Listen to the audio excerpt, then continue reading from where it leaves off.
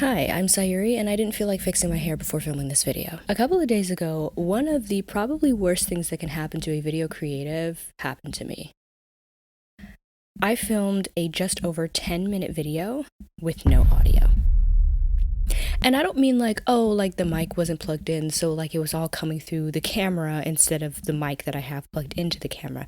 No, I mean when I tell you there was no sound on that video, I mean no sound. Like, not even the idea of sound, not even, oh, it sounds bad, but like we can fix it in post. No, I mean the audio on this video was the physical and digital representation of the word no. And I beat myself up about it so much because I'm probably one of the most inconsistent creators on this app or anywhere. And there's a lot of things that I've been working through to kind of pull myself out of that habit of inconsistency. Most of it has been internal. And that was the one day where I actually like had this drive to make something. I had unlocked another like part of myself that I was struggling with. And I was literally like lit up from the inside to do this video. Like everything was authentic, the jokes were flowing, the personality was there, like the video was giving, okay? And then for me to basically ruin my own attempt at creation with a mistake it's so rookie, honestly. Like I've been doing this for a couple of years, believe it or not. Don't let the numbers fool you. I've been doing this for a couple of years. And to not have the mic plugged in is just truly a rookie mistake. And it ruined my entire video. It basically killed my energy for like the rest of the day. I even tried like when I had Final Cut Pro open, I even tried like going inside and being like, okay, maybe I can like see what I said and then do a video to do a voiceover to match up what I said. But I have a tendency to talk kind of fast and I don't move my mouth a whole lot when I talk, so. And as a neurodivergent creative, this was a really hard setback to deal with because there's already so many moving parts when it comes to filming. First off, it's the parts of actually bringing the idea into reality. You're brainstorming, you're creating a script if it needs a script, you're planning your angles if it's that involved. Then you have to edit, and then you have to like schedule and upload it. You have to choose what platform it's going on. You may have to change how you edit the video depending on what platform it's going on. And then within editing itself, it has its own moving parts. And it was like I don't know if I necessarily felt like I wasn't good enough to be a creator, but I definitely had these feelings of all of these little things. I should already have these down by now. I should already know, make sure the camera is charged before you start recording. I should already know, make sure the microphone is plugged in at both ends.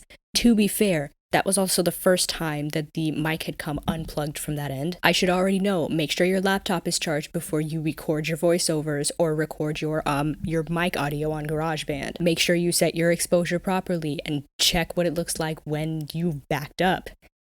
I set my exposure for this video when I was like standing close to it, and now I'm standing back and the exposure the exposure compensation is bouncing back and forth between -1 and -1.3 when it's supposed to be at -7. Thankfully, that's something that can be fixed in post, but not having audio isn't something that you can fix in post. And making little mistakes like that, it really makes it hard for me to continue making my art because I take it so personally. And every artist should take their art personally.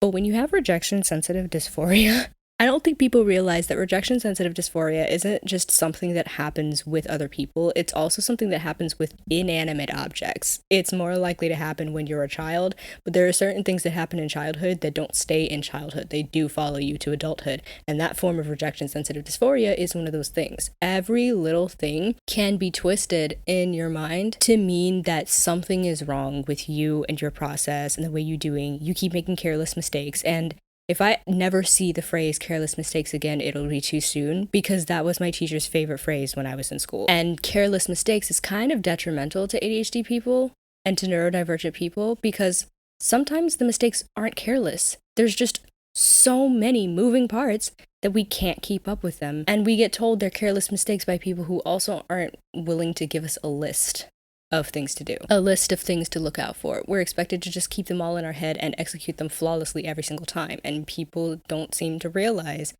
you need a very specific type of brain to be able to do that, and most neurodivergent people do not have that type of brain. That setback threw off my entire day, and I had actually filmed some gym content earlier that day, and I deleted it in a rage because I got so insecure about my mistake for that video that it bled into those other videos. Like, I projected it onto those other videos, and I was like, nah, I hate these videos, I'm deleting them. Thankfully, the next day I did go back and film, and I remembered pretty much everything I wanted to say. There was only one little thing that I forgot, which can very easily be put into the caption or in the comments. But yeah, let's all gather in the comments and share the times when we made a mistake that just should not have happened as a creator. Let's all console each other and feel bad about our mistakes together, and help each other feel better about ourselves.